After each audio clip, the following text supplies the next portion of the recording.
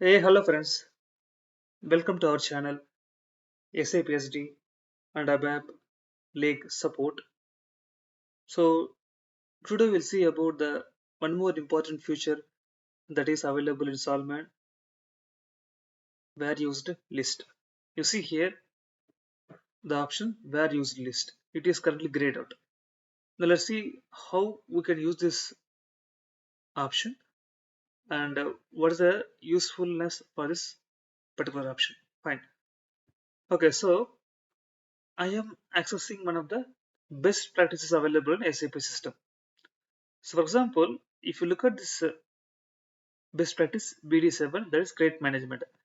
If I right click on this best practice, and remember this is in building blocks. You see, if I place a cursor here, you see it's a building block. So right click here and we get one option called where used list. Simply click this option where used list. So we'll get in data wherever this building block used inside the Solman.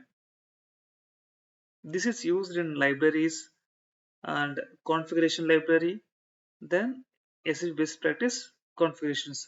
So this scenario available in all of these three places.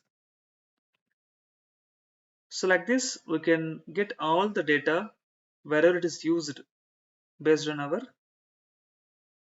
request.